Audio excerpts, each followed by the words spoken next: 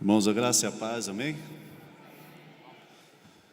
Nós estamos aqui nessa tarde para, pela primeira vez, realizarmos o Fórum Social. É um sonho nosso de que tenhamos essa realidade cada vez mais intensa do nosso meio, de missão social. E é uma honra ter hoje conosco o pastor Antônio Carlos, que tem sido um dos grandes expoentes e um dos grandes praticantes da missão integral hoje no Brasil. Então o Fórum Social, ele tem essa perspectiva de despertar o nosso coração para aquilo que também é fundamental na ação da terra, da igreja aqui na terra. Nós percebemos que cada vez se faz importante a igreja assumir esse papel de não apenas evangelizar, mas também olhar o homem na sua totalidade e ver esse homem nessa sua totalidade em uma sociedade que cada vez mais está carente da graça e do amor de Deus. E nessa tarde nós temos aqui o pastor Clarimundo, nosso presidente, e também o pastor Antônio Carlos, nosso convidado para estar introduzindo esse assunto ao nosso meio e falando também das suas experiências. Nós vamos abrir o espaço para perguntas, vamos tentar filtrar essas perguntas também, para não ficar algo repetitivo, e a gente absorver o máximo daquilo que nós podemos desfrutar aqui nessa tarde, tá ok? Passar a palavra para o pastor Clarimundo e logo após o pastor Antônio Carlos já começa. Meus queridos, eu quero, na verdade, repetir o que disse para vocês no encerramento do trabalho hoje pela manhã. Na verdade, já foi um encerramento no começo da tarde. Nós somos privilegiados com a presença do pastor Antônio Carlos aqui nesse COMEP, no 50º COMEP. Eu disse para vocês que o pastor Antônio Carlos é um homem de Deus, preparadíssimo. Disse que ele pode falar com toda a propriedade em qualquer igreja, no Brasil e fora do Brasil. Disse para vocês que ele pode falar em qualquer universidade, também no Brasil e em qualquer outro país. É um grande escritor e a gente fica muito contente, muito feliz de ter o pastor Antônio Carlos aqui conosco. Eu quero parabenizar também você por estar aqui, pela sua presença, porque quem procura participar de um fórum, tendo a oportunidade de receber a palavra de Deus através do pastor Antônio Carlos, quem procura participar é uma pessoa realmente privilegiada, não é? Eu sei que o horário é um horário normalmente de descanso para muitos que estão aqui, mas vale a pena a gente estar aqui. Quem concorda comigo, diga amém. Amém. Obrigado. Amém. Irmãos queridos, uma boa tarde para todos vocês. Quero agradecer ao pastor Clarimundo por mais uma vez me tratar com tamanha cordialidade e me concedeu o privilégio de mais uma vez também estar aqui num evento dessa magnitude para expor a palavra de Deus. Isso para mim é algo muito especial, que me faz me sentir honrado e venho para cá com muito temor, porque sei que é privilégio para poucos e um privilégio, portanto, ao qual eu me agarro, e ainda mais por saber que Deus pode operar num evento como esse, mas de uma tal maneira que aquilo que foi semeado aqui venha se espalhar pelo nosso país. Então é isso que me deixa completamente envolvido com esse evento anual da Assembleia de Deus de Anápolis. Poder estar num local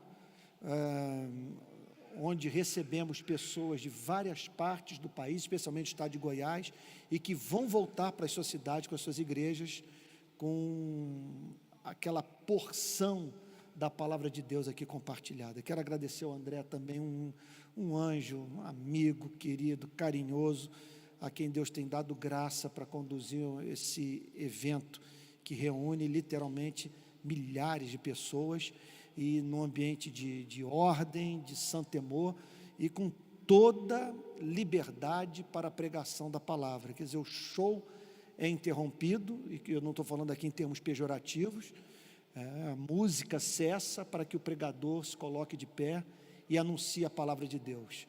E muitas vezes, pelo menos quanto à minha participação nesses eventos, o horário mais especial do culto de adoração tem sido concedido a mim, o que me faz me sentir duplamente honrado. Faltou fé, confesso a vocês, quando o André me falou sobre fórum social, 2 horas da tarde, eu pensei que não viesse ninguém, e nós temos aqui uma presença maravilhosa, número suficiente para, quem sabe, com base naquilo que vai ser compartilhado, socorrer o nosso querido país, que precisa tanto da atuação de uma igreja diferente da igreja que eu herdei. E sobre o que eu estou querendo falar? Sobre o que eu gostaria de falar nessa tarde. É fato que alguns indicadores econômicos, políticos, sociais do nosso país enchem o nosso coração de esperança. Nós vivemos, por exemplo, numa democracia, e ninguém pode dizer que o Brasil não é a maior democracia da América Latina. Isso é fato fora de controvérsia. Eu me lembro que numa manifestação que nós realizamos na Assembleia Legislativa do Rio de Janeiro, contra a violência no Rio, na qual nós espalhamos 17 mil pedras brancas nas escadarias da Assembleia Legislativa do Rio de Janeiro, chamando atenção para as 17 mil mortes que haviam ocorrido até aquele dia. Então, no meio da manifestação, um voluntário nosso virou-se para mim e disse a seguinte coisa: é muito bom estar hoje do outro lado. Aí eu perguntei, o que você está querendo dizer com isso? Ele já tem uma certa idade. Ele disse o seguinte: olha, na década de 60, eu trabalhava nas Forças Armadas, eu servia na aeronáutica, e quando havia manifestação neste lugar, a ordem que eu recebia nos quartéis era para descer fogo nos manifestantes. E ele ainda me disse naquela ocasião que ele testemunhou a violação dos direitos humanos praticadas pelos seus companheiros de farda, que pegavam os militantes políticos daquele tempo, que faziam oposição ao governo, e os colocavam dentro de aviões que decolavam da base aérea da aeronáutica no Rio de Janeiro, e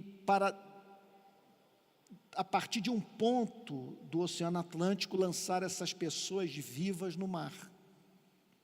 E esse meu amigo, membro da minha igreja, conta que ele pôde testemunhar em algumas ocasiões os seus companheiros de farda voltando dessas missões, dando gargalhada ao relatarem o desespero da vítima, implorando pela sua própria vida.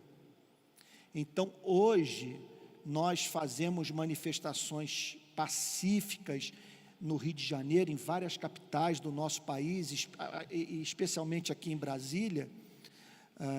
Estivemos envolvidos com muitas que foram do conhecimento de vocês, como exigimos escolas e hospitais e segurança no padrão FIFA, foi lançado por nós. Fora Renan, foi também lançado por nós.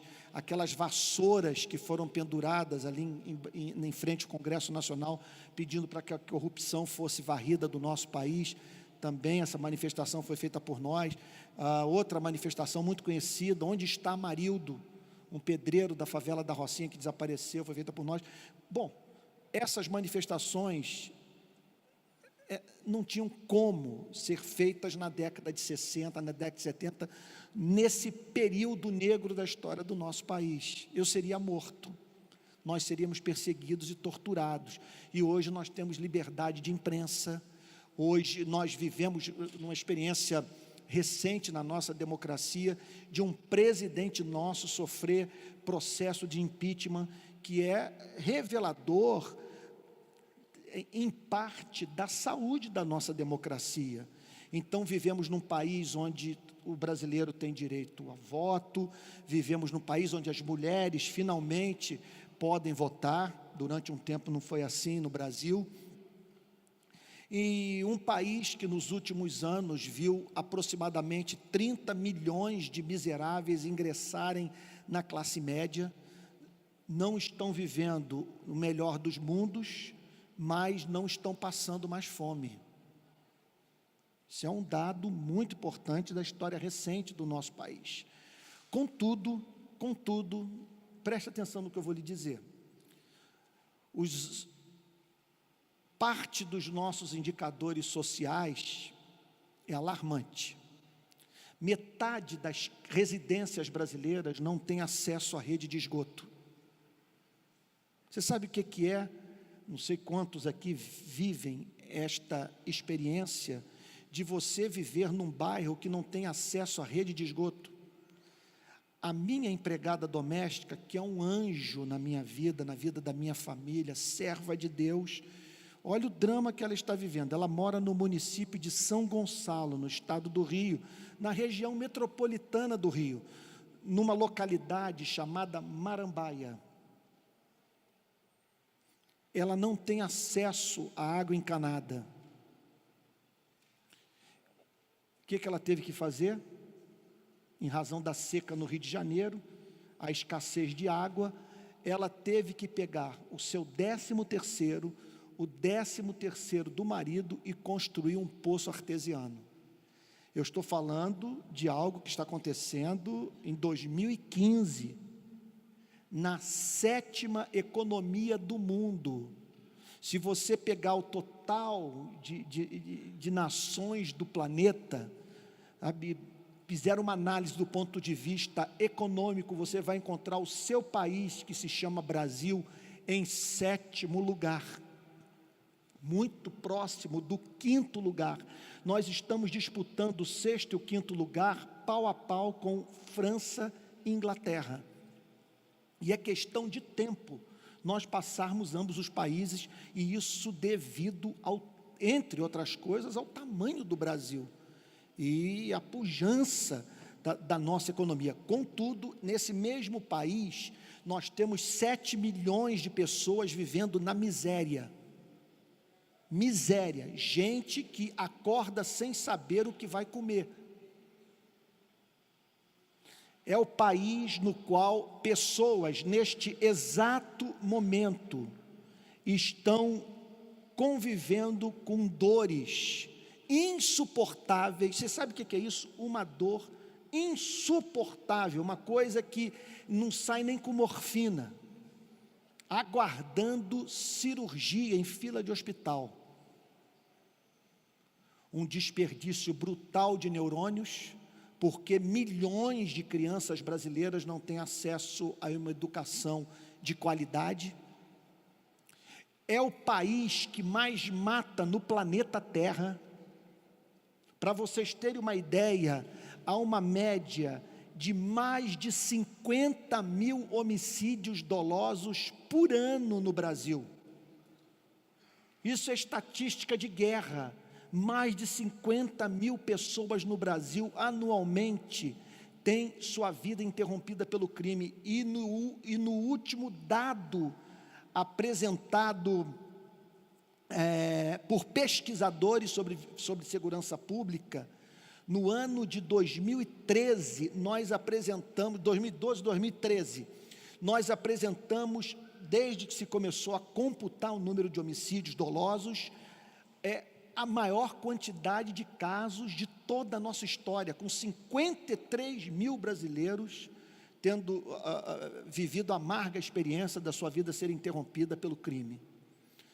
Outro dado alarmante: cerca de 600 mil brasileiros, 600 mil brasileiros encontram-se em regime de campo de concentração no nosso sistema prisional. Quase 600 mil. Nós somos a 4ª população carcerária do planeta Terra. Nós só perdemos para os Estados Unidos, a China e a Rússia. Estamos em 4º lugar. E se você for visitar as prisões de Goiás, as prisões de São Paulo, Rio de Janeiro, Rio Grande do Sul, no Nordeste então nem se fala, você vai encontrar pessoas sendo tratadas de modo inferior àquele que animais são tratados no nosso país. Aí talvez você esteja perguntando: pastor, o senhor com isso está querendo dar vida mole para bandido? Eu concordo com a famosa frase do grande líder sul-africano metodista, Nelson Mandela, que ele diz: conhece-se a saúde da democracia de um país pela forma como o preso é tratado. Porque se nesse país, aqueles que na maior parte das vezes não são considerados dignos da compaixão, da solidariedade humana, são tratados com dignidade, certamente os demais cidadãos desse mesmo país serão também tratados com respeito. Mas o problema é que no sistema prisional nós temos um mar de brasileiros que não cometeram crime nenhum. E eu posso lhe garantir que não é conversa de um pastor cuja vida se resume a sair do gabinete para o púlpito, do púlpito e para o gabinete.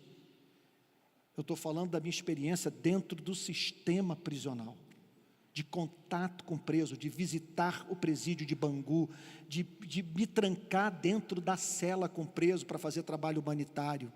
Muitos que estão hoje no sistema prisional brasileiro não cometeram crime nenhum. Outros praticaram crimes insignificantes e estão sendo torturados.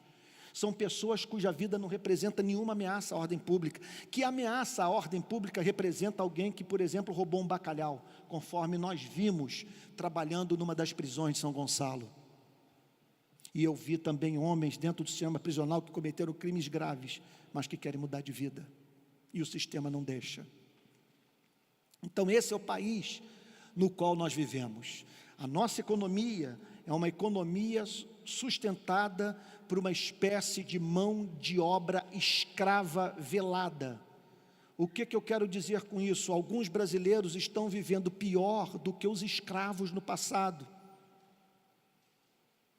E tudo legitimado pelo sistema. E por que eu faço uma afirmação bombástica como essa? Porque grande parte da população brasileira trabalha de 8 a 10, 12 horas por dia. Nas grandes cidades, o brasileiro gasta 4 horas do seu tempo no trânsito, num sistema de transporte público caótico. Ou seja, o brasileiro chega esgotado no ambiente de trabalho e quando volta para casa a única coisa que ele consegue fazer é desabar na cama para no dia seguinte se sujeitar àquela mesma rotina. Milhões dedicados a trabalhos monótonos, enfadonhos, repetitivos, em ambientes insalubres e para numa carga horária como essa que eu acabei de descrever, trabalhando 6 vezes por semana, receberem no final do mês aproximadamente R$750. Essa gente não tem tempo para literatura, não tem tempo para poesia, não tem tempo para a prática de um esporte, não tem tempo para o contato com a natureza, não tem tempo para investir na sua própria vida, a fim de ascender socialmente. Essa gente vegeta, não vive. Eu estou chegando agora de uma viagem feita à Europa para fechar projetos sociais para as favelas do Rio de Janeiro, e quando vinha dirigindo meu carro, pensando nessa massa de brasileiros, eu desatei a chorar, especialmente quando me lembro do fato de que muitos desses, que trabalham 8 a 12 horas por dia, gastam 4 horas no trânsito por dia, 6 vezes por semana, para receber R$740 no final do mês, nos atendem com doçura, com alegria, e quando conquistam espaço no mercado de trabalho, dão glória a Deus. E grande parte destes que vivem em bairros sem saneamento básico, sem água encanada, grande parte destes que enterram seus filhos assassinados, vítimas de bala perdida, grande parte destes que têm seus filhos dentro do sistema prisional sendo torturados, grande parte destes que gastam 4 horas no trânsito por dia para ganhar esse salário, trabalhando, conforme eu acabei de descrever, 8, 12 horas por dia, 6 vezes por semana, são membros de igrejas evangélicas. São os nossos irmãos que moram nos bairros de periferia das grandes cidades, nas cidades do interior, nas favelas, no sertão do Nordeste, nas comunidades ribeirinhas do Amazonas. Bom, termino aqui com uma pergunta, a partir da qual eu gostaria de entrar num diálogo edificante com vocês.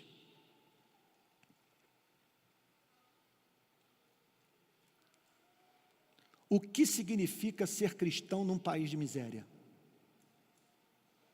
O que significa ser cristão num país de desigualdade social? O que significa ser cristão num país onde o próprio Estado comete violação dos direitos humanos?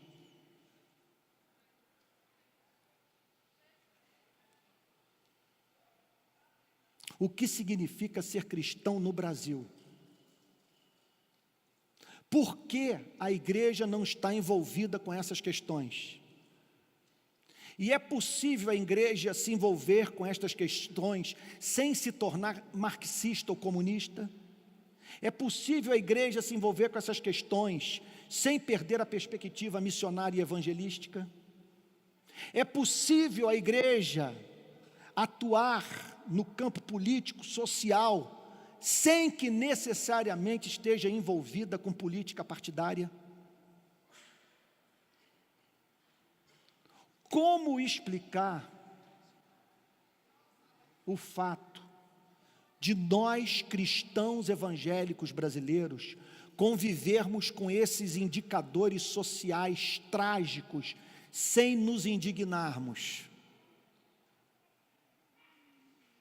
O que nos impede de dar voz aos sem voz e visibilidade aos invisíveis?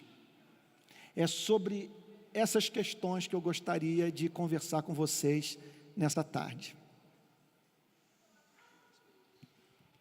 Pastor Antônio Carlos, eu quero lhe fazer uma pergunta. O senhor tem esperança de ver o Brasil entre os países de melhor IDH, como a Noruega e a Dinamarca? Por quê? Essa é uma ótima pergunta, e foi bom o pastor Clarimundo ressaltar o conceito de IDH. Ele foi criado por um indiano, um economista indiano chamado Amartya Sen. Se você tem interesse pela questão da desigualdade social, justiça social, combate à pobreza, eu recomendaria você conhecer o trabalho literário desse ganhador do Prêmio Nobel de Economia de 1995. É um gênio. E eu acabei de ler um livro dele intitulado Desenvolvimento como Liberdade. E o que ele percebeu? Que você não deve, ao se dedicar à tarefa de analisar o desenvolvimento de um povo, se ater apenas ao desenvolvimento econômico, ou ao crescimento do PIB, da renda per capita, porque pessoas podem, numa determinada sociedade, num determinado país, ter a sua renda elevada, mas continuar vivendo em cidades nas quais as ruas estão esburacadas, as crianças não têm acesso à educação de qualidade, os hospitais estão caindo aos pedaços. Então ele criou o conceito Índice de Desenvolvimento Humano, que não se atém apenas à renda, que se atém à qualidade de vida das cidades.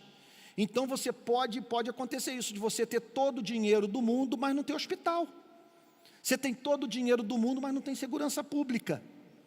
E o tipo de sociedade que ele propõe, eu achei o conceito muito bíblico, é o seguinte: o tipo de política pública que ele propõe é aquela que tem como objetivo levar o ser humano a desenvolver as suas aptidões, ampliar a sua liberdade. Mas qual é o sentido de liberdade? Liberdade para que você atue de modo significativo na sociedade, exerça a sua profissão com excelência, seja um cidadão atuante. Então esse é um conceito belíssimo, que mostra qual deve ser a meta das políticas públicas, que é aumentar a liberdade, não apenas aumentar a renda, mas aumentar o nível intelectual, nível de segurança, de participação na vida pública e por aí vai. Então, respondendo à pergunta do pastor Clarimundo, eu tenho esperança, por vários motivos. Tenho muita esperança. Esperança de antes até mesmo da minha morte, ver a próxima geração herdar um país melhor do que aquele que eu herdei, porque, lamentavelmente, pastor Clarimundo, a minha geração recebeu muito pouco do Brasil. O Brasil fez muito pouco por mim. Estudei em escolas públicas de ensino precário, merenda pobre, escolas sem quadras esportivas ou quadras esportivas caindo aos pedaços, e completamente diferente do que europeus na década de 30 do século passado e americanos viveram nos seus países. Agora, contudo, creio que o Brasil pode, nos próximos anos, desempenhar, sob todos os aspectos, no campo da ciência, no campo da produção literária. Finalmente, quem sabe, nós termos um prêmio Nobel no nosso país. Os argentinos têm, os portugueses têm, e nunca o Brasil teve um ganhador de prêmio Nobel. Eu acredito que esse milagre pode acontecer. Quais os motivos? Em primeiro lugar, o fortalecimento das instituições democráticas. Você vê o que está acontecendo no nosso país recentemente? Pela primeira vez, os bandidos do colarinho branco estão parando na prisão. Isso é um dado, é bem verdade que é pontual, mas quando que nós vimos na história do Brasil empreiteiro ser preso, liderança de partido político parar na cadeia? Então é um sinal de vida. A liberdade de imprensa, a liberdade de expressão, são sinais de vida que nós encontramos no nosso país. E há outros, a quantidade de brasileiros que têm saído da miséria. Atribuo um papel todo especial às redes sociais, ao Twitter, aos blogs, especialmente ao Facebook. A gente sabe que muito lixo é compartilhado, muita mentira, inverdade. Contudo, há um debate que jamais houve, uma troca de ideias. Hoje, nos foi franqueado o direito de nós desconstruirmos uma mentira que foi plantada pela imprensa, quer dizer, pelos grandes órgãos de comunicação. E você pode ali, através das redes sociais, expressar um ponto de vista contrário, desconstruir a mentira que foi plantada e por aí vai. Outro motivo de esperança que eu tenho, e esse aqui tem a ver conosco. A minha esperança é o movimento pentecostal brasileiro receber um novo e fresco batismo com o Espírito Santo, mas capaz de produzir um novo tipo de avivamento. Um avivamento que não vai apenas fazer o marido se tornar um melhor companheiro para sua esposa, a esposa se tornar mais amiga do seu marido, ou os pais se dedicarem mais aos seus filhos. Não vai ser um avivamento apenas do que fumava, que veio a parar de fumar, o que se embriagava veio então a deixar de se embriagar, o que se prostituía se tornou casto. Não, é um avivamento que vai fazer o cristão brasileiro se perturbar com a miséria, não tolerar ver pessoas sendo oprimidas, massacradas, sabe, não aceitar a realidade da favela, da miséria do sertão, da pobreza das comunidades ribeirinhas do Amazonas. Então tem uma grande esperança, e vejo que algo está em curso no nosso país. O pastor Clarimundo pode falar sobre isso melhor do que eu, mas você imagine um debate como esse 20, 30 anos atrás, de você poder falar com essa liberdade que nós estamos falando. E outro ponto que me chama a atenção, eu tenho sido convidado, se vocês me permitem falar, para pregar no país inteiro, para auditórios com 5 mil, 7 mil, 10 mil pessoas, em todas as denominações, com os organizadores do evento, me pedindo de antemão o que eles querem ouvir da minha boca. E o que tem me pedido? Pastor, fale sobre justiça social, fale sobre o pobre, fale sobre direitos humanos. Então isso está me enchendo de esperança, de que está surgindo algo novo. Agora, é um novo que pela graça divina, e aí nós vamos precisar de atalaias, de gente com os olhos abertos, para não permitir que o inimigo leve a igreja para um outro extremo, um novo que vai fazer com que não incorramos nos velhos erros. Por exemplo, de nos tornarmos marxistas. Nós não precisamos do pacote em toto marxista para transformarmos a história, transformarmos a sociedade, embora tenhamos, é claro, há elementos nas críticas que são feitas por essa corrente de pensamento político, que são interessantes, são bíblicas, mas abraçar o pacote em toto, como muitos fizeram no passado, não é necessário. Ou a igreja como instituição se envolver com política partidária, que é sempre perigoso. Uma coisa é o cristão se envolver com política partidária, outra coisa é a igreja como instituição, é um perigo. E o erro também, para o qual nós devemos ficar atentos, com esse novo sopro do Espírito no nosso país, de nós perdermos de vista a perspectiva missionária, o compromisso com a pregação do Evangelho, que continua sendo a principal missão da igreja. Tenho dito isso, quando me perguntam, pastor, diante dessa sua ênfase toda na justiça social, se eu poderia dizer que essa é a principal missão da igreja, eu vou morrer dizendo, a principal missão da igreja é pregar o Evangelho, mas sempre procurando responder uma pergunta: o que essa pregação vai produzir lá na ponta? A missão da igreja, número 1, é pregar o Evangelho, concordo, mas o que essa pregação deve visar produzir?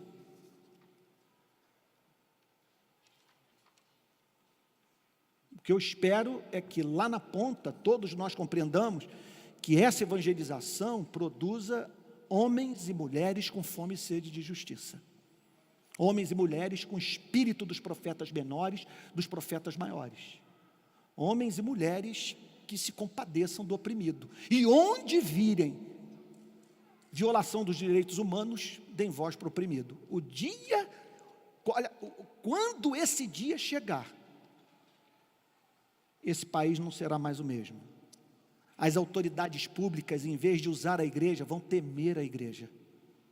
Vão temer a igreja. Os nossos indicadores sociais serão outros.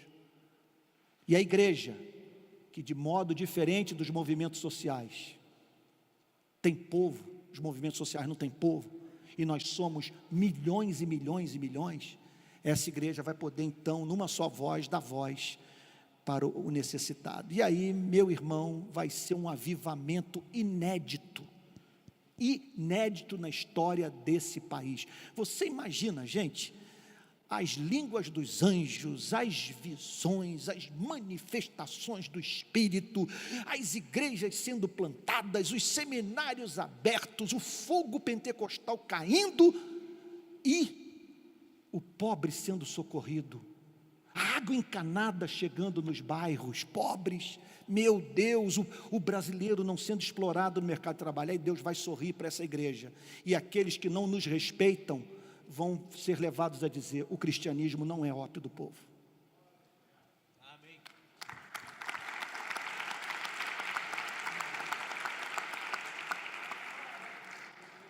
Pastor Antônio Carlos, tem som aqui?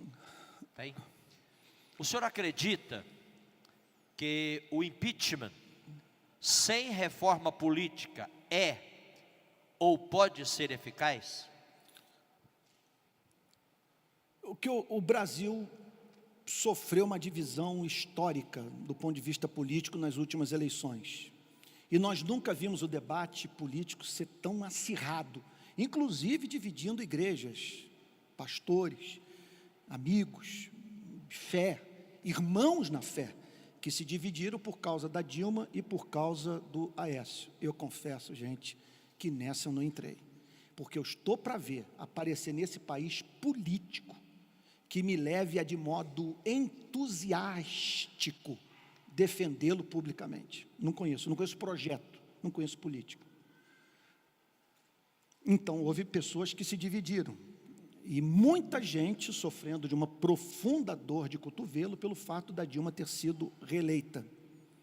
E infelizmente, pessoas dentro e fora da igreja estão demonstrando interesse em desestabilizar o governo de uma presidente democraticamente eleita. Eleita pelo povo brasileiro, eleita pelo pobre, especialmente pelo pobre. E se você for nas favelas do Rio de Janeiro, se você for no sertão do Nordeste e perguntar por que essa gente votou no PT novamente, vocês encontrarão o pobre dizendo: porque nós morríamos de fome. Eu vi um pastor no sertão ou melhor, no sertão não, ele trabalhava no sertão, nasceu no sertão do Nordeste, mas está radicado hoje numa cidade que eu não me lembro o nome, mas ele falando da experiência da mulher dele, ele dizendo para mim: Antônio, eu vou te dizer porque que eu vou votar nela. Eu vou votar nela porque eu estou casado com uma mulher que passou fome, que ela sabia o que era chegar à noite sem ter comido nada e perguntar à mamãe: mamãe, eu estou com fome, o que eu faço? Sabe, tem alguma coisa para comer? E a mãe dizer: vai dormir que a fome passa. E hoje o feijão e arroz chegaram na nossa mesa. O que me levou a não apoiar esse partido foi o fato de que, depois de tantos anos no poder, não ter criado uma porta de saída para os seus projetos assistencialistas, que vieram no momento oportuno porque pessoas estavam morrendo de fome. E contudo, nós ainda continuamos vendo milhões de brasileiros dependendo da assistência do Estado, quando poderiam estar caminhando com as próprias pernas, através de uma inclusão social diferente, quer dizer, caracterizada por uma elevação do nível intelectual, da consciência cidadã, do preparo para a entrada no mercado de trabalho, e por aí vai. Contudo, embora julgue prematuro falar em impeachment, todos nós sabemos que os escândalos de corrupção estão muito próximos do Planalto. envolvendo pessoas do primeiro escalão do governo federal. E ninguém sabe quais serão os desdobramentos das investigações. Tenho para mim, e penso que vocês vão concordar comigo, que se as investigações mostrarem que a presidência da República sabia do que estava acontecendo na Petrobras, não há como a presidente Dilma permanecer no cargo. Mas isso se depois de acurada investigação, isenta de motivação política, chegasse à conclusão de que ela perdeu autonomia, perdeu autoridade moral para exercer o principal cargo da nação. Agora, do ponto de vista da mudança política do nosso país, dos rumos da vida política, o impeachment não basta. Enquanto nós vivermos dentro desse sistema de financiamento de campanha, com o lobby do rico prevalecendo, investimento de fortuna sendo feito em candidato, para lá na frente a conta ser cobrada, nós vamos ter muitos problemas. Nós vamos continuar vendo o lobby do rico em detrimento da pressão política em favor do pobre. Outro dia eu encontrei um senador aqui no aeroporto de Brasília. Acho que por confiar em mim, ele resolveu abrir o seu coração. Ele me disse a seguinte coisa: senador, ele me disse a seguinte coisa: Antônio, aliás, ele nem me chama de Antônio, me chama de pastor. Pastor, ele falou para mim: você não se elege nesse país sem 5 milhões de reais, que você divide em notas de 50 e distribui nas comunidades pobres, para comprar o seu voto. Quando eu cheguei em Brasília, no Senado, um político antigo, eu desconfiei de quem ele estava falando, mas ele não quis me dizer quem era a pessoa, me disse a seguinte coisa: no Brasil você não consegue se eleger sem o povo, mas você não se mantém no poder sem o capital. Uma vez que você chegue aqui, você tem que trabalhar para o poder econômico. Trabalhar para o poder econômico.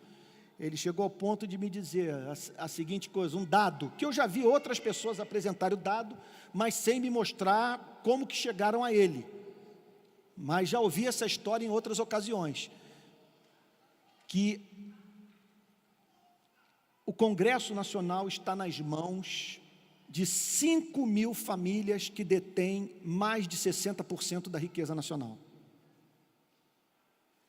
E é por isso que nós vemos essas desigualdades gritantes ocorrerem na nossa pátria. O que significa, portanto, que nós precisamos urgentemente dar voz para os sem voz, porque o rico já tem quem fale por ele. Pra vocês terem uma ideia, outro dia eu estava pregando fortemente numa igreja em Brasília, sobre a necessidade da igreja dar voz para o pobre, e de começar, irmãos na fé, não estou falando da igreja como instituição, mas gente como você, como eu, cidadãos brasileiros que carregam o evangelho no peito, fazerem o lobby do pobre.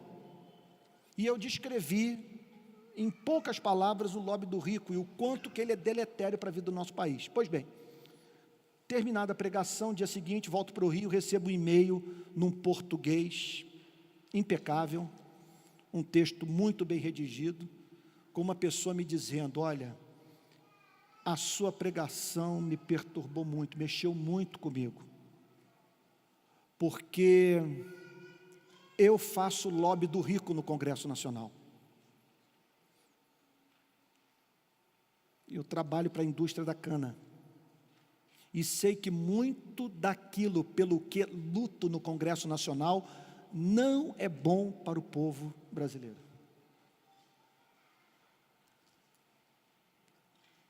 A questão é quem fala para o pobre nesse país. Ver a minha empregada doméstica consumindo o 13º salário dela e do marido para abrir poço artesiano na região metropolitana da cidade que vai organizar os Jogos Olímpicos de 2016, sinceramente, gente, eu tenho vontade de vomitar. Pastor Antônio Carlos, do episódio conhecido como Watergate, o ex-presidente americano Richard Nixon Aham. renunciou quando aqueles dois jornalistas do The Washington Post É. tornaram claro que o presidente sabia do que estava acontecendo no Watergate. É. Tem político no Brasil que renunciaria como Nixon ao saber que os fatos tão graves chegaram tão perto dele? O pastor Clarimundo, me parece que o Nixon não foi tomado por uma crise de sinceridade. O que ele viu, usando o português das favelas do Rio de Janeiro, é que a chapa ficou quente para ele. Que a coisa havia, os dois jornalistas do Washington Post haviam de fato descoberto que ele estava intimamente envolvido, que ele sabia daquele trabalho de espionagem, né? Então, visando levantar possíveis podres da oposição ao governo Nixon. Me parece que um político brasileiro, ele se adiantar ao impeachment só se ele tiver certeza por fontes seguras de que a chapa está quente, que ele, usando mais uma vez o português da favela, que ele vai dançar. Aí ele se adianta. Fora isso, não tenho a mínima esperança, porque historicamente essa gente joga com o sistema. Eles sabem que o sistema, ele é sempre a favor do rico, do poderoso e contra o pobre. Você vai nas prisões, você vê que a punição no Brasil tem cor e classe social. Só para na prisão negro e pobre. E aí eu pergunto a vocês, é só negro e pobre que pratica crime no nosso país? E os crimes mais graves do nosso país são praticados pelos negros, pelos pobres? Absolutamente contra o consumo de drogas, mas o que é mais grave? Um garoto da favela está fazendo trabalho de aviãozinho, indo da favela para Ipanema, para o Leblon, levando maconha, ou esses bilhões da Petrobras que poderiam ser investidos em hospital e educação terem sido desviados. Não há dúvida do que é mais deletério. Eu sei de um político famoso do nosso país, foi candidato do governo de um importante estado da nossa federação, que um médico da minha igreja, já estou quase até dizendo de onde o cara é, trabalhava lá e viu tudo, a fortuna de verba pública federal que esse candidato ao governo do estado do Rio de Janeiro desviou. Verba pública para hospital de município pobre do estado do Rio. Pergunta se ele está preso. Pastor Antônio Carlos, boa tarde. A igreja tem falhado em conscientizar os membros quanto ao papel social do cristão? A igreja falha por vários motivos. Tem falhado, é óbvio que tem falhado, e o motivo, a razão é clara. Nós não vemos a igreja se levantando. Por exemplo, quando houve o massacre de Carandiru, quantas igrejas de São Paulo foram para as ruas protestar? Quando houve o massacre da Candelária no Rio de Janeiro, Vigário Geral, Mesquita, quantas igrejas? Estou falando de mim, nessa época eu não, simplesmente eu ignorei esses massacres todos. Digo isso com vergonha, até hoje eu não entendo o meu comportamento. Graças a Deus eu passei por uma conversão dentro da minha conversão. E finalmente fui levado pelo Espírito Santo a incluir direitos humanos no meu conceito de santidade de vida. Então a igreja se mantém alheia, e isso faz com que milhões de pessoas não consigam se imaginar num lugar como esse, porque elas não conseguem compreender como que nós conseguimos nos manter alheios a toda essa desgraça. Como que nós podemos dizer que nós somos o povo que viu a luz, que nasceu de novo, que conheceu Deus, que é a habitação do Espírito, e não se preocupar com a dor humana? Essa gente não entende. Agora, por que a igreja não participa? São vários motivos. Um motivo tem a ver com a nossa teologia, especialmente a nossa escatologia. A nossa escatologia, a visão que nós temos do fim dos tempos, que consequentemente tem íntima relação com a nossa filosofia de história, com a forma como nós lemos os fatos da vida, é profundamente pessimista. Às vezes eu tenho curiosidade, eu fico pensando o seguinte: como que seria o protestantismo brasileiro se, em vez de nós termos abraçado essa escatologia pessimista, nós fôssemos pós-milenistas? E há milhões de evangélicos no mundo inteiro que são pós-milenistas, que creem que Jesus vai voltar depois do milênio e que o milênio vai ser implantado pela igreja, e que a igreja vai fazer ciência, a igreja vai difundir o saber, vai espalhar a democracia, milhões de pessoas vão se converter e depois Jesus vai voltar após um grande conflito. Só que nós não acreditamos, nós fomos levados por algum motivo a acreditar que esse mundo não tem jeito, apesar de os fatos da vida militarem contra este pessimismo. Eu poderia apresentar para vocês inúmeros, incontáveis exemplos da história recente da humanidade que apontam para uma clara evolução, e que só aconteceu em razão do fato de pessoas terem lutado por aquilo que nós costumamos chamar de mundo melhor. E essas pessoas lutaram pelo mundo melhor porque não se tornaram presas desse pessimismo evangélico. Gente, dizer que o mundo não tem jeito, tá tudo bem, isso aqui não vai virar o Éden, mas hoje nós temos uma democracia. Se você voltar 300 anos na história, você vai ver um rei determinando o que é certo e o que é errado. Você vai ver homens, passando seus cargos para os seus filhos. Que é isso? E você sendo governado sem o seu consentimento, mulher não podendo votar. Se você voltar aí 150, 200 anos na história desse país, você vai ver evangélicos sem direito de pregar publicamente, igrejas sem o direito de erigir templos, e homens se sentindo donos de outros seres humanos. Então, quer dizer, nos últimos 200 anos nós vimos o fim. Nós vimos o fim da escravidão, a disseminação da democracia, governos republicanos se espalhando pelo planeta, a erradicação da fome. Nós nunca vimos tanta gente bem alimentada. Pela primeira vez a Europa não teme mais ver os seus cidadãos morrerem de fome.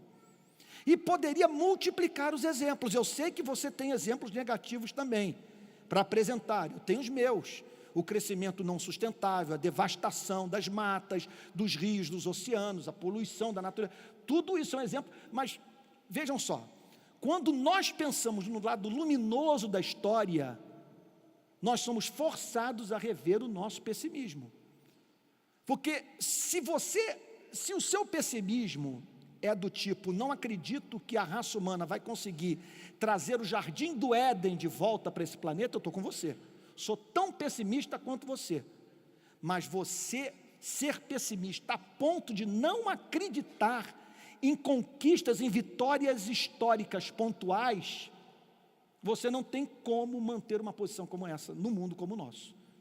O fato mesmo de nós estarmos aqui é um baita de um acontecimento político, todos alimentados, vestidos, empregados, nós podendo falar sobre essas coisas, podendo falar sobre temas sobre os quais nós não poderíamos falar na década de 60. Na década de 60, teria entre nós aqui aquilo que no Rio de Janeiro nós chamamos de X9. Pessoas infiltradas que iriam delatar a gente, que ia falar do que nós estamos falando aqui, para em seguida a polícia, os soldados do exército nos procurarem e nos levarem para aquelas masmorras, para sermos torturados. Hoje nós temos essa liberdade. Então, pessimismo.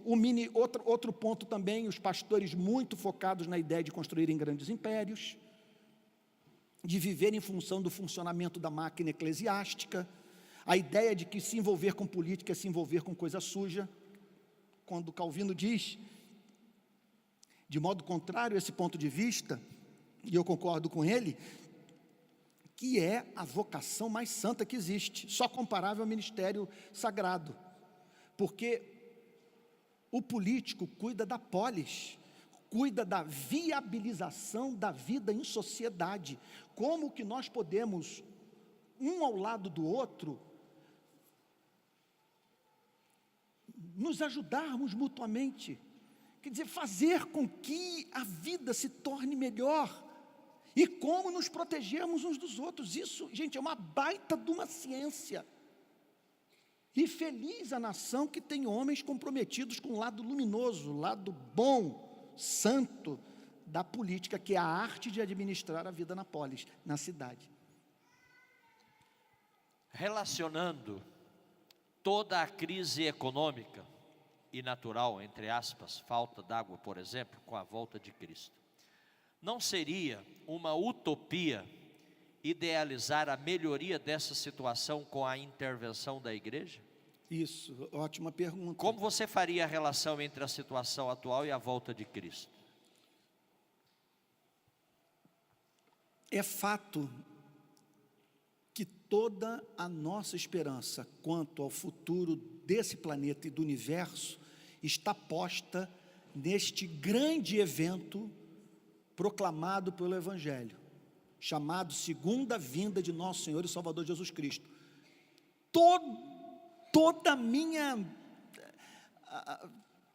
Todos os meus sonhos, toda a minha utopia está nesse evento que eu aguardo e no qual eu acredito, proclamado no Evangelho pelo Salvador, Filho de Deus que não pode mentir.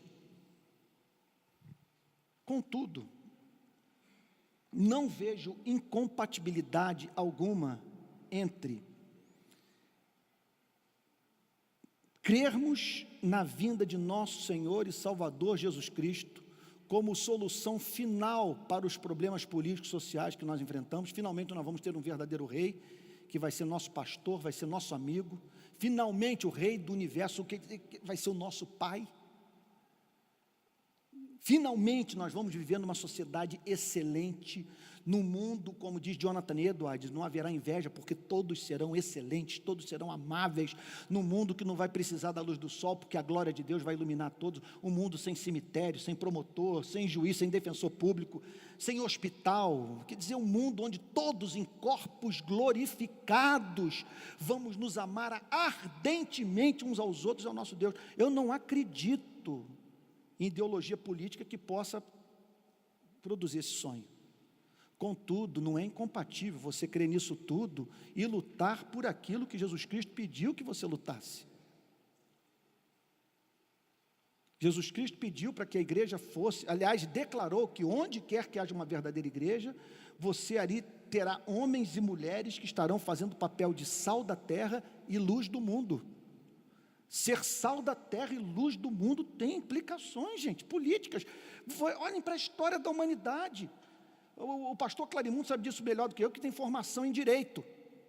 Conhece isso bem mais do que grande parte de nós, dos que estão aqui presentes.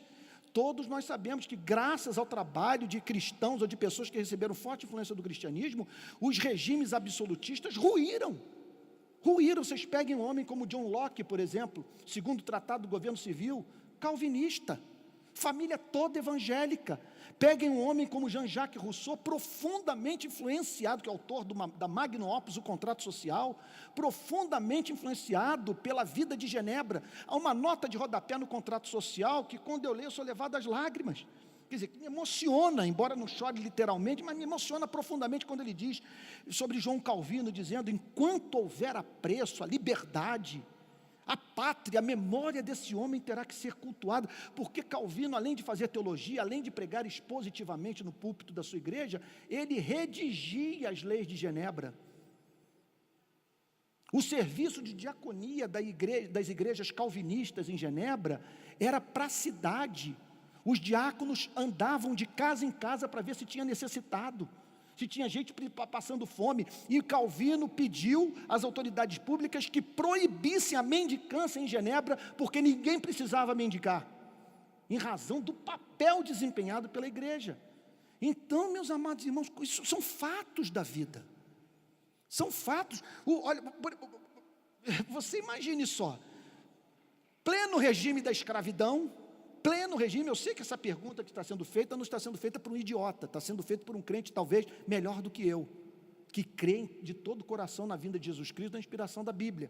Mas você imagine, se nós voltássemos 200 anos no período da escravidão, e o Wilberforce batesse a porta da nossa casa dizendo, vamos lutar pelo fim da escravidão, e você dissesse para ele, não, você está perdendo seu tempo com isso, o mundo jaz no maligno, Jesus Cristo vai voltar, não espere mudança dessa natureza na nossa sociedade. E graças à esperança que o Espírito Santo colocou no coração de William Wilberforce, ele foi para o parlamento inglês, fez lobby. Sabe o que ele fazia? Ele pegava a nata da sociedade inglesa e levava para os navios negreiros.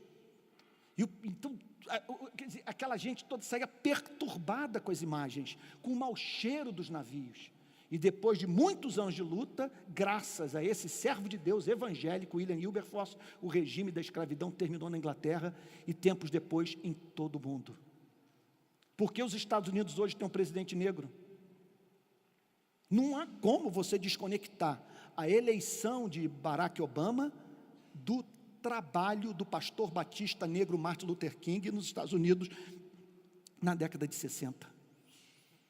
Então, agora eu fico pensando o seguinte, o que seria do cristianismo sem esses luminares, sem esses testemunhos? Pessoas seriam levadas a crer, gente, que isso aqui é ópio do povo, que isso aqui é uma coisa, que isso aqui é uma fábrica de neurose, que é você ter contato com uma instituição como essa para você perder os seus sonhos, você deixar de se indignar, se tornar uma pessoa pior do que era. Nós não podemos permitir que esse tipo de comentário seja feito a nosso respeito, porque meus amados irmãos, toda igreja local deveria ser uma ameaça a governos despóticos, uma ameaça à miséria, uma ameaça à opressão, do político passar em frente da igreja e tremer e de dizer, aí está um povo perigoso para as nossas intenções, porque essa gente é inteligente, essa gente é antenada, essa gente tem autonomia e está contra os nossos interesses. Mas infelizmente nem sempre é assim. Vocês me perdoem ficar falando aqui com tanta paixão, porque essas coisas é difícil controlar as emoções mesmo. Vamos aplaudir? Obrigado. Pastor Antônio Carlos, como o senhor vê a omissão da igreja diante da realidade social? E a pessoa que faz a pergunta escreveu aqui, o ato da omissão mata mais que o ato do homicida. É aquilo que o famoso escritor inglês Edmund Burke disse na sua Magnum Opus sobre a Revolução Francesa. Para que o mal triunfe é necessário apenas que os homens de bem permaneçam inativos. Uma das maiores crises que Martin Luther King teve durante seu ministério como pastor batista e ativista social foi com a própria igreja, que o levou a emitir uma frase que se tornou provavelmente a frase mais famosa de Martin Luther King. Eu não me surpreendo com o grito dos maus, mas sim com o silêncio dos bons. Ele se via muitas vezes sozinho, os pastores completamente alheios ao que ele estava fazendo, dizendo, isso é um desperdício, esse homem podia estar no púlpito, o que ele está fazendo nas ruas lutando pelos negros? Outros diziam, esse é o seu chamado, não é o meu chamado, é algo difícil de você engolir, que eu ouço muito isso. Eu penso que num mundo de miséria como o nosso, você não tem opção, num mundo de miséria como o Brasil, você tem que se posicionar. Não estou dizendo que você vai ter que ir lá para a favela, mas de alguma forma, o seu ministério tem que ter uma consequência político-social para a vida do miserável. Não é possível, isso é amor, gente. Eu não estou falando estou falando de amor, estou falando de compaixão, estou falando do que você gostaria que fosse feito por um filho seu, se você o encontrasse nas mesmíssimas condições nas quais se encontram milhões de brasileiros. Então, o que eu posso lhes dizer é que a nossa alienação mata e é um desperdício. Pastor Clarimundo, eu tenho vontade de chorar.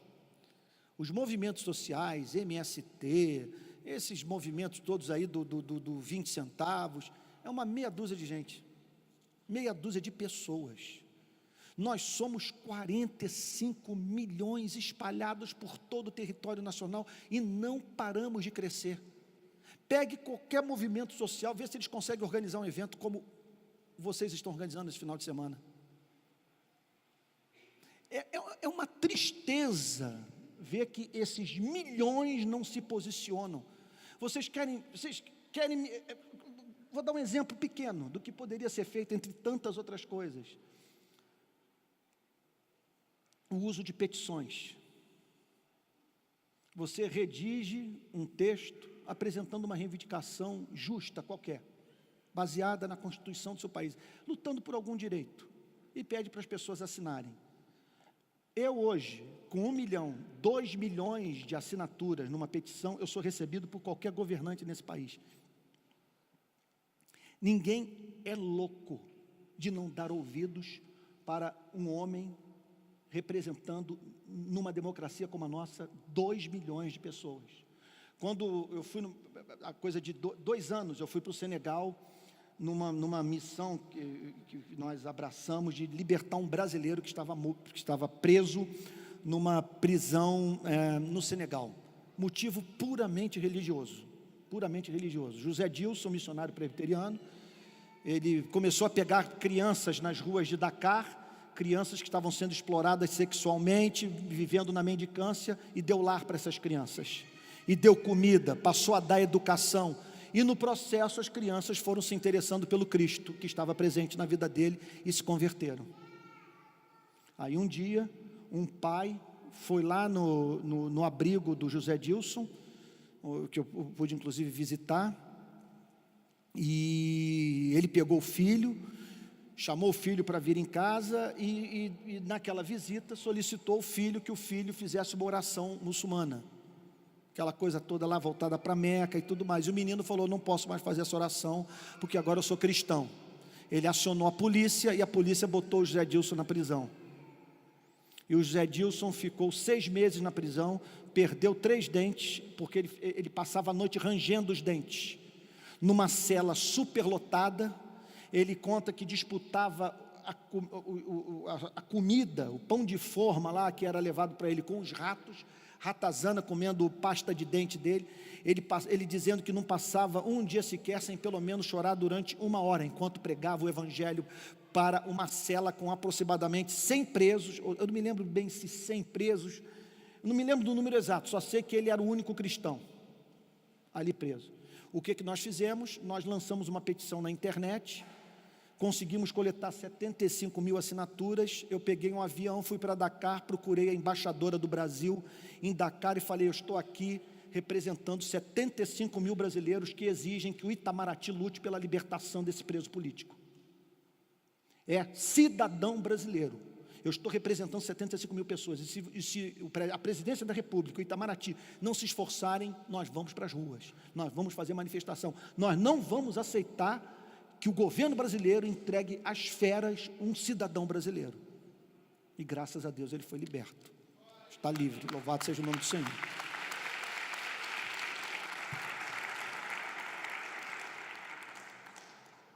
O senhor acabou de falar sobre intolerância religiosa. O nosso Brasil pode se tornar um país perseguido, ou nós brasileiros podemos ser perseguidos? É a pergunta, eu acho.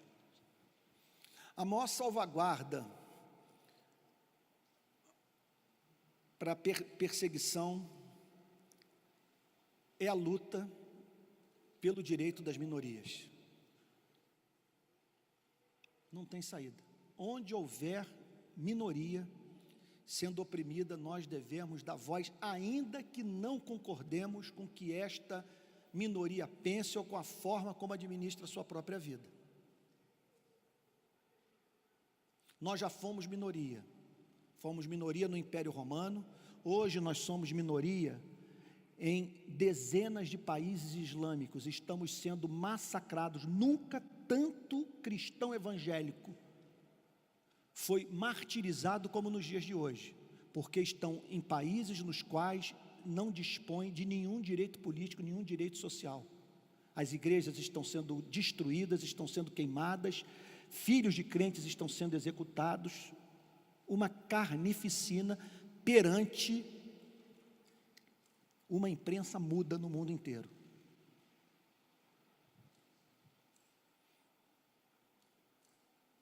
Em razão do nosso passado, em razão das mudanças que sempre acontecem no curso da história, ninguém poderia imaginar que a Europa iria se encontrar um dia no estado espiritual que se encontra hoje. Dá dor no coração viajar pela Europa e ver o que restou do cristianismo naquele continente. Então, em razão do fato de que um dia nós podemos nos tornar minoria, em razão do fato que, por mais excêntrica que seja a vida de uma pessoa, ela continua sendo portadora da imagem e semelhança de Deus, nós devemos lutar pelo direito dessas pessoas, e em lutando pelo direito delas, nós estamos lutando pelos nossos próprios direitos, nós estamos fazendo, na verdade, um trabalho de prevenção,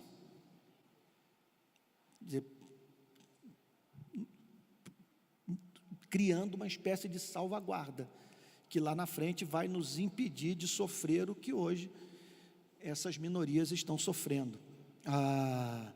Então, é claro que é muito estranho, pastor Clarimundo, uma igreja que habita num país com uma polícia tão violenta, com um Estado que pratica tamanhas violações de direitos humanos. O Estado de Goiás é terrível nesse aspecto, tem uma polícia violenta, um sistema prisional caótico, igual ao do Rio de Janeiro. O governo federal não fica atrás. O governo federal, o ministro da Justiça, Eduardo Cardoso, ele deu uma declaração, um negócio assim surreal, só no Brasil: eu preferia a morte a parar no sistema prisional brasileiro. E nada mudou no sistema prisional, ele permaneceu no seu cargo. Esse é o nosso país. Então, é muito esquisito, num país tão injusto quanto o nosso, nós termos tão poucos cristãos sendo perseguidos por causa da justiça. Se você não está precisando de coragem para viver o cristianismo, você precisa parar para pensar em quem você está seguindo.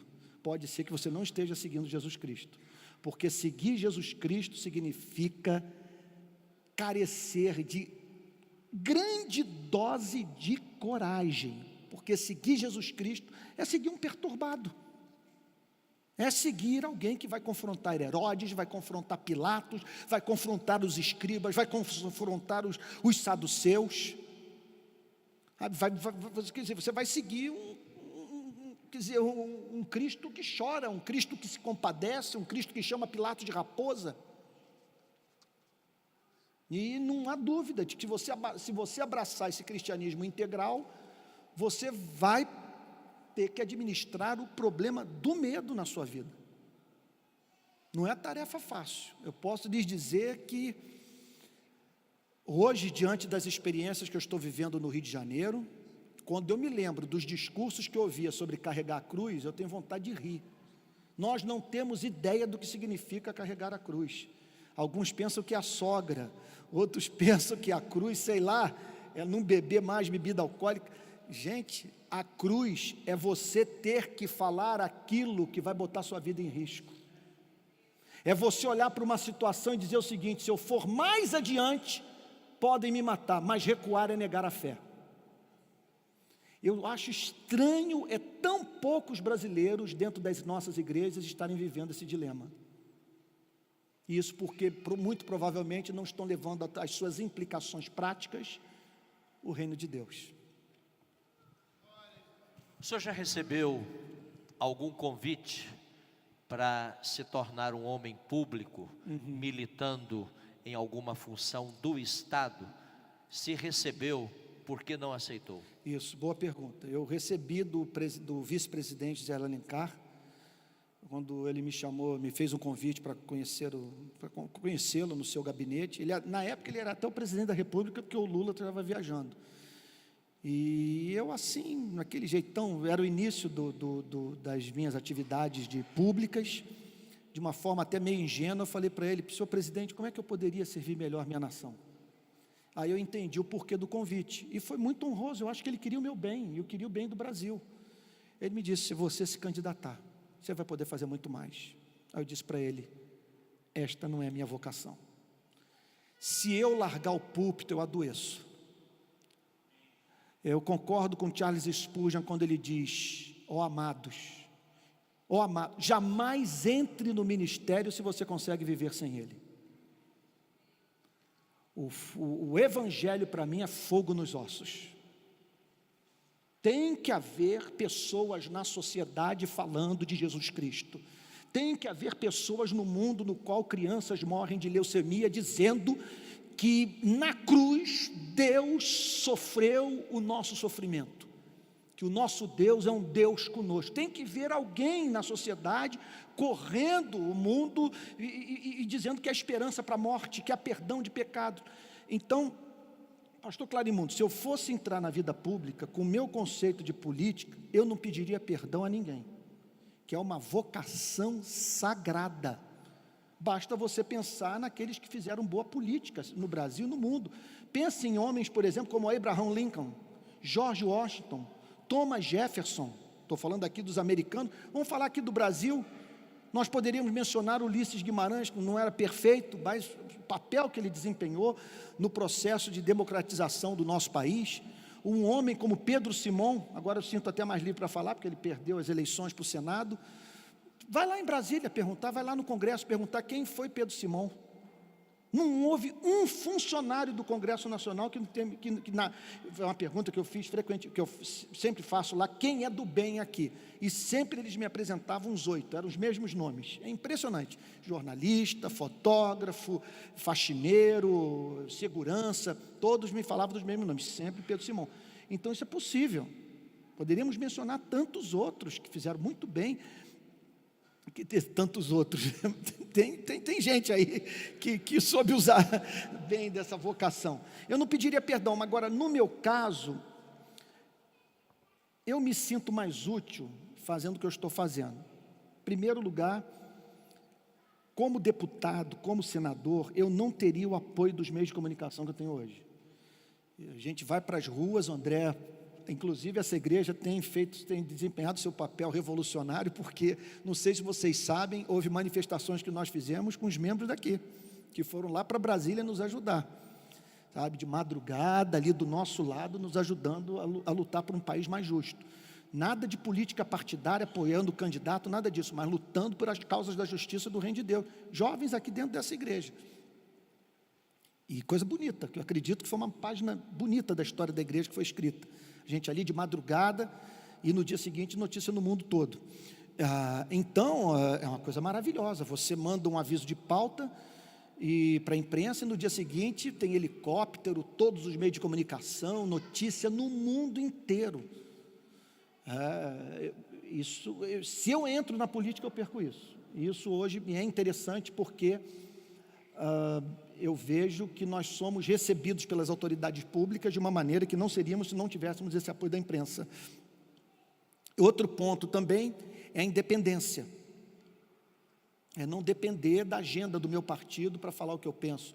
Não depender também de dinheiro, de sei lá de onde vem, para poder me manter no poder. Essa autonomia me é muito preciosa, mas não há motivo maior do que a pregação do Evangelho de Jesus Cristo. Tem como, não como. Não tenho paixão maior. Se você me perguntar o que você ama mais na vida, não tenho paixão maior do que me levantar e expor o texto das Sagradas Escrituras e pessoas saírem da igreja dizendo como Jesus Cristo é lindo, como o Evangelho é maravilhoso, sabe, como esse Deus é belo. Para mim isso aí não tem nada que pague, não há o que pague. Tem mais alguma aí, pastor André? Tem um mar aqui de perguntas, vê lá.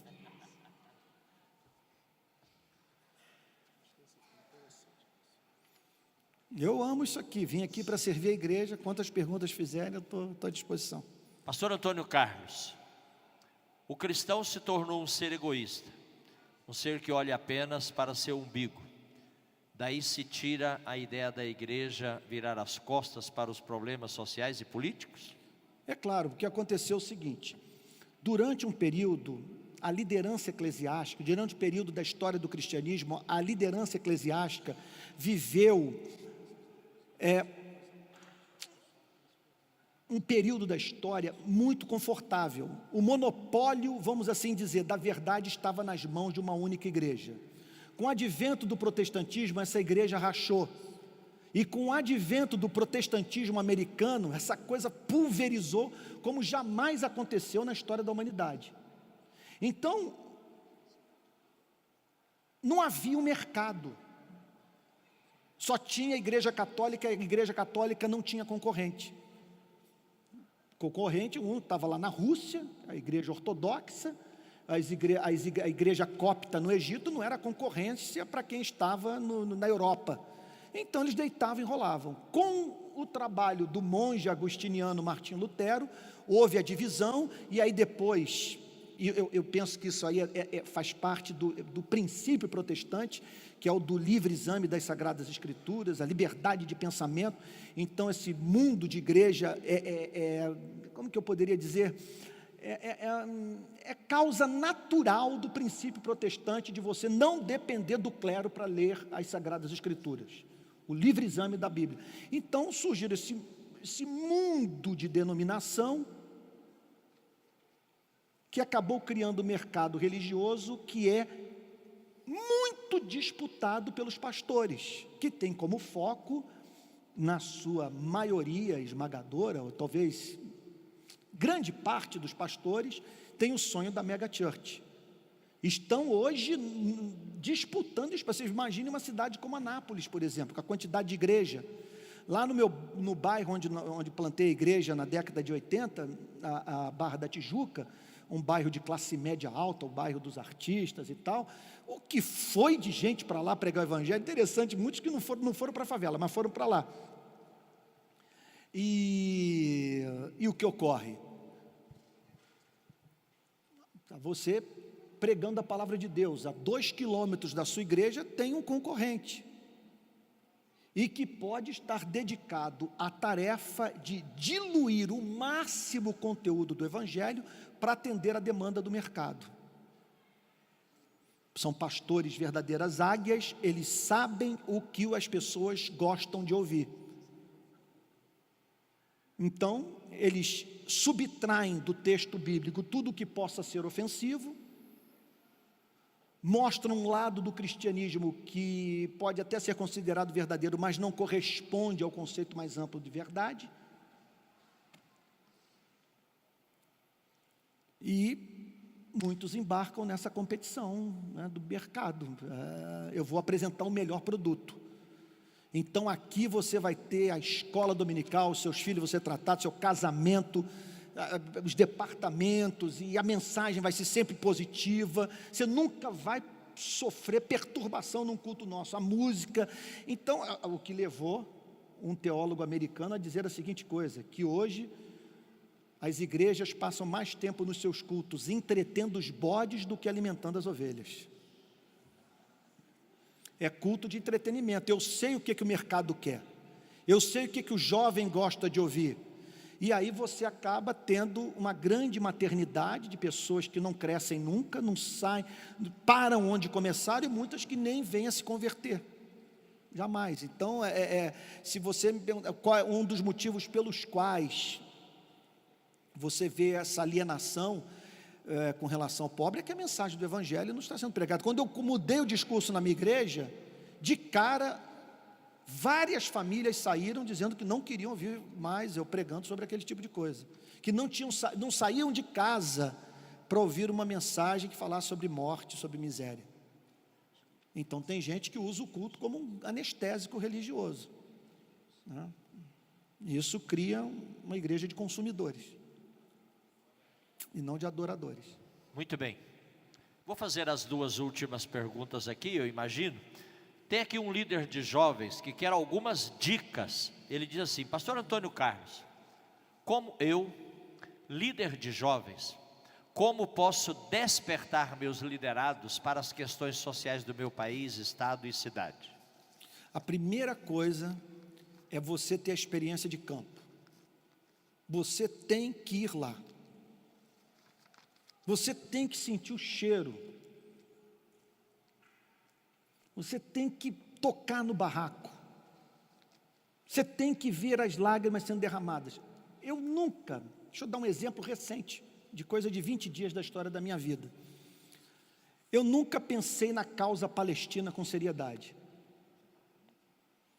E guardei sempre uma certa simpatia por Israel. Faz 20 dias, 25 dias, eu estive num assentamento palestino em Israel. e visitei um campo de refugiados palestinos. Pastor Clarimundo, eu saí chocado.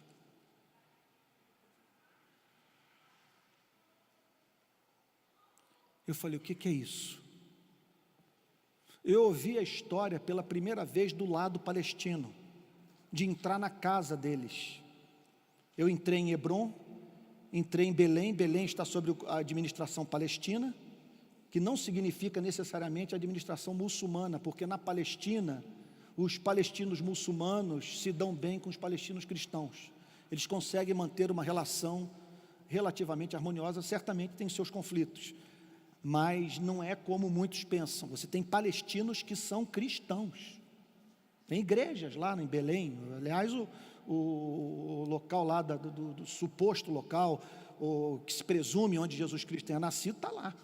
É uma igreja que é administrada por cristãos.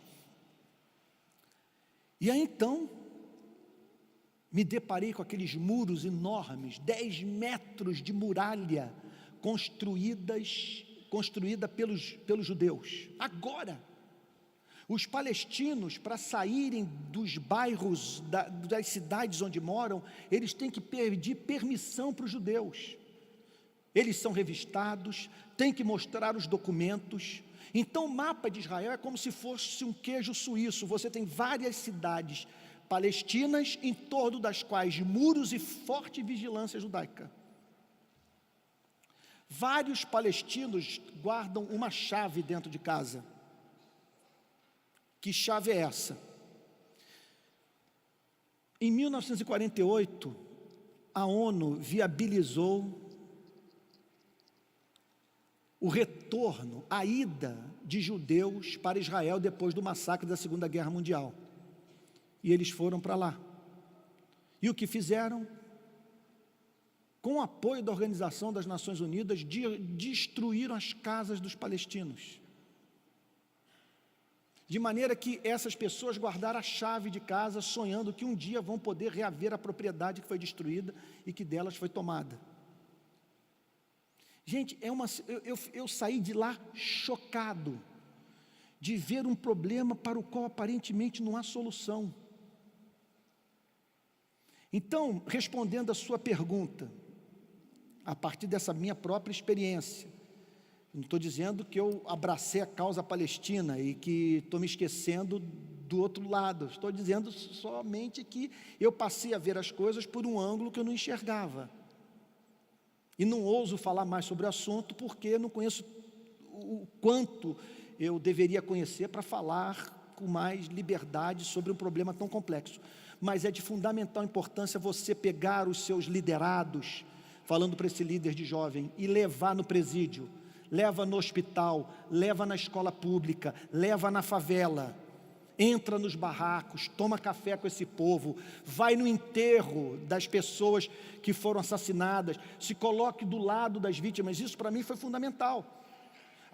Agora, no final do ano passado, os policiais militares do Rio de Janeiro ligaram para a gente, pedindo para a gente fazer uma manifestação pela polícia. Gente, pedreira, eu tremi nas bases, porque vocês não têm ideia do que significa fazer uma manifestação a favor da polícia trabalhando na favela. Eu simplesmente não sabia o que ia acontecer e nós, voluntários, os militantes lá do nosso movimento, olhamos um para o outro e falamos, olha, não sabemos o que vai acontecer, mas é o que nós devemos fazer. Por quê? Os policiais morreram, muito policial morrendo no Rio de Janeiro. Muito policial sendo executado. A polícia militar nos procura pedindo para que a gente desse voz, solicitando que o Estado amparasse o policial, preparasse melhor o policial, melhorasse as condições de trabalho, de salário e tal. Nós falamos, não temos alternativa. Fomos para Copacabana de madrugada, colocamos 156 cruzes, que representam o número de policiais que foram mortos de 2 anos para cá no Rio. 156 policiais. E botamos as fotos dos policiais, tudo com a ajuda da polícia. Agora, foi fundamental para fazer essa manifestação, primeiro, que eu fosse filho de policial. Meu pai era policial. Segundo, que participasse dos enterros dos policiais. De lá, de estar do lado da família. Outro dia, Eu fui no enterro de um policial do BOPE, ele morreu com um tiro na garganta. Aí levei uma faixa, escrito assim: ele tombou por nós. Pela primeira vez, o movimento social de direitos humanos se coloca do lado da polícia no Rio de Janeiro. Isso porque o nosso movimento é cristão, e nós não temos lado nessa guerra. E fomos chamados para fazer pontes entre os homens. Jesus nos chamou para sermos pacificadores.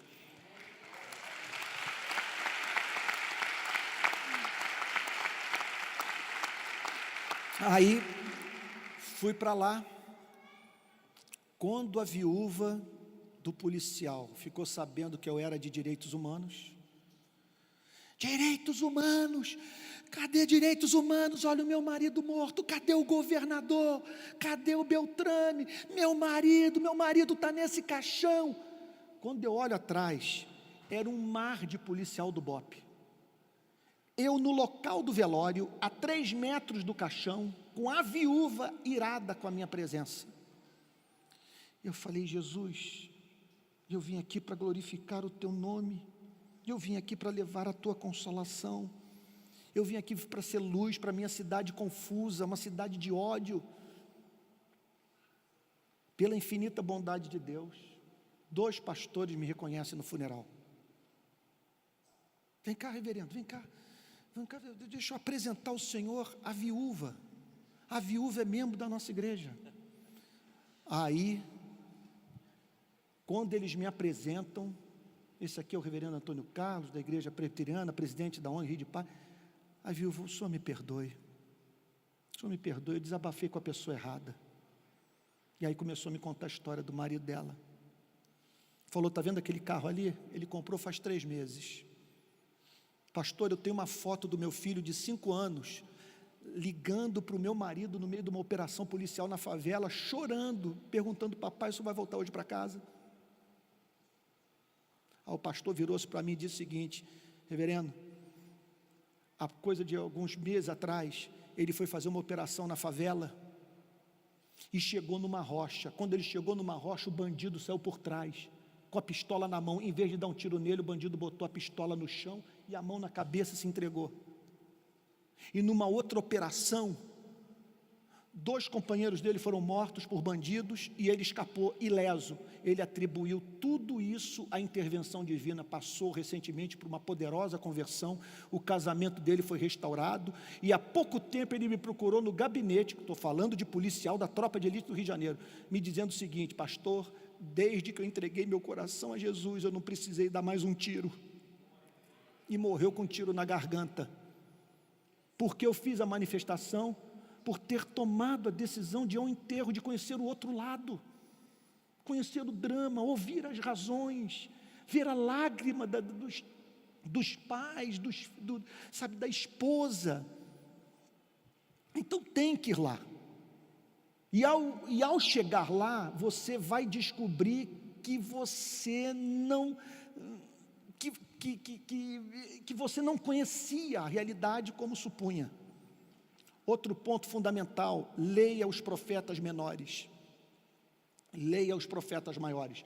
Se você ler os profetas menores, os profetas maiores, especialmente os profetas menores, com atenção, você não vai ser curado jamais do desejo de lutar pela justiça social.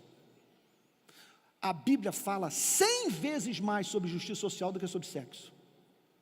É claro que é uma ética sexual na Bíblia, mas a Bíblia fala muito mais sobre o pobre, o oprimido, o direito do necessitado, a ponto de dizer que a verdadeira religião é amparar o órfão e a viúva na sua necessidade. Então, é isso, e procurar ler, conversar com pessoas que já estão atuando na área, buscar informação, ter fontes na imprensa, fonte na favela, fonte na polícia, fonte, isso é uma coisa que tem nos ajudado muito. Nós temos muita informação. E outro ponto, lê muito.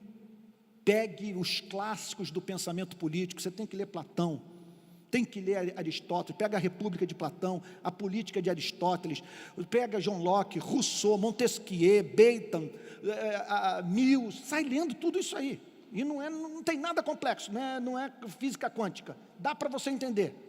Ora, clama, leia com uma caneta na mão, anota os pontos, depois releia. Outro dia alguém falou: pastor, você tem muita memória. Nada disso, eu trabalho para burro. Nunca leio o livro sem uma caneta na mão, sempre anoto os pontos principais e depois releio tudo e ainda faço um fichário, lançando as notas do que eu acabei de ler. Aí guarda na cabeça, claro. Então é isso, informação, experiência de campo, Bíblia, oração. E aí você vai realmente ser um agente de transformação. Então a última. O número de missionários tem reduzido. Embora existam muitos movimentos chamados de missões urbanas, porém muitos deles estão movidos por um desejo: serem reconhecidos na mídia. É a busca da fama e não o desejo de ajudar o próximo. O que está faltando? A falha da igreja? A falha dos líderes? O amor acabou? Como contornar isso? A primeira coisa, pastor Clarimundo, que eu quero dizer para essa pessoa é que o desejo de visibilidade é universal. É o que une o traficante ao policial militar, ao jornalista, ao político e ao pastor, e ao dirigente do louvor, da banda. Todos nós amamos ser vistos, amamos ser honrados, amamos ser tratados com respeito, com dignidade. Ser visto.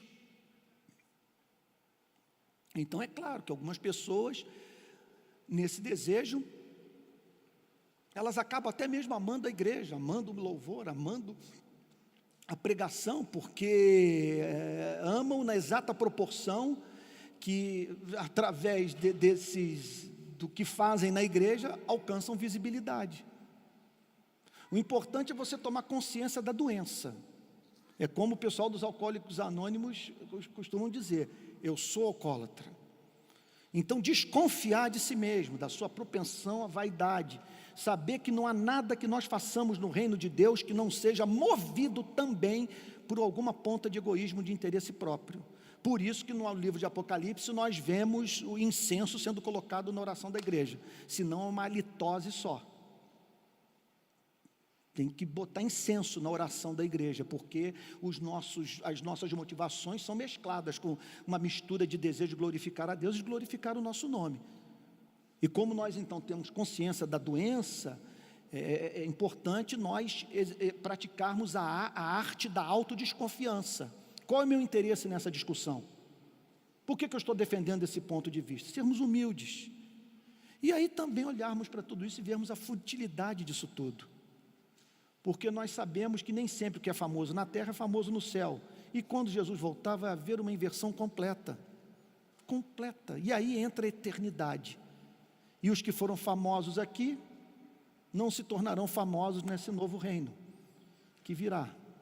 E que terá como festa inaugural aquela cerimônia de condecoração gloriosa. Você imagina o que é isso, gente? Tive fome e me deste de comer, tive sede e me deste de beber, estava nu e me vestistes, sozinho e fostes me visitar, foste fiel no pouco, sobre o muito te colocarei, entra no gozo do seu Senhor. Essa é a glória da igreja. Eu me lembro, não sei se o pastor Clarimundo conheceu o reverendo Antônio Elias.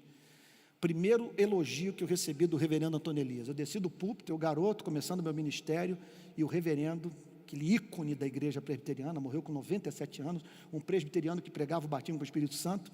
Então o pessoal odiava, porque ele era um pentecostal infiltrado.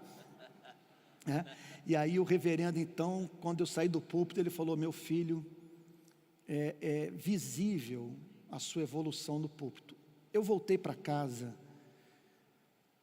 me perdoe que o lugar comum não conseguia pisar no chão, era aquela história, né? O reverendo gostou do meu sermão, porque ele era para mim uma referência de pregação. Aí eu voltei, o reverendo acha que eu sou pregador.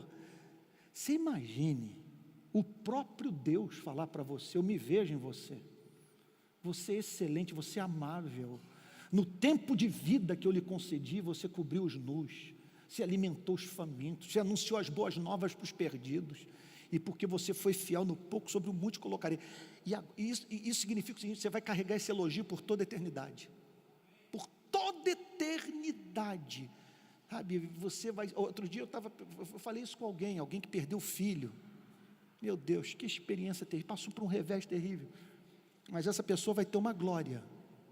A glória de não ter perdido o ser, apesar de ter passado pela pior perda da vida. E por toda a eternidade, por onde ela passar, os anjos, arcanjos, querubins, a igreja glorificada, vai olhar para essa pessoa e dizer: ali está alguém que no pior sofrimento não deixou de amar o seu Salvador. Isso é uma glória. E é para essa vida que Deus nos chama. E por isso esse tempinho de vida tem que ser vivido por nós intensamente. Você nunca mais vai ter a oportunidade de servir Jesus Cristo em Anápolis, no Brasil. Esse tempo vai passar um tempo curto diante da eternidade. Contudo, nós vivemos num mundo que, segundo o Evangelho, mesmo um copo de água fria dado a um discípulo não vai cair no esquecimento de Deus. Deus então abençoe muito e que Deus ajude a viver o Evangelho na sua totalidade para a glória de Jesus.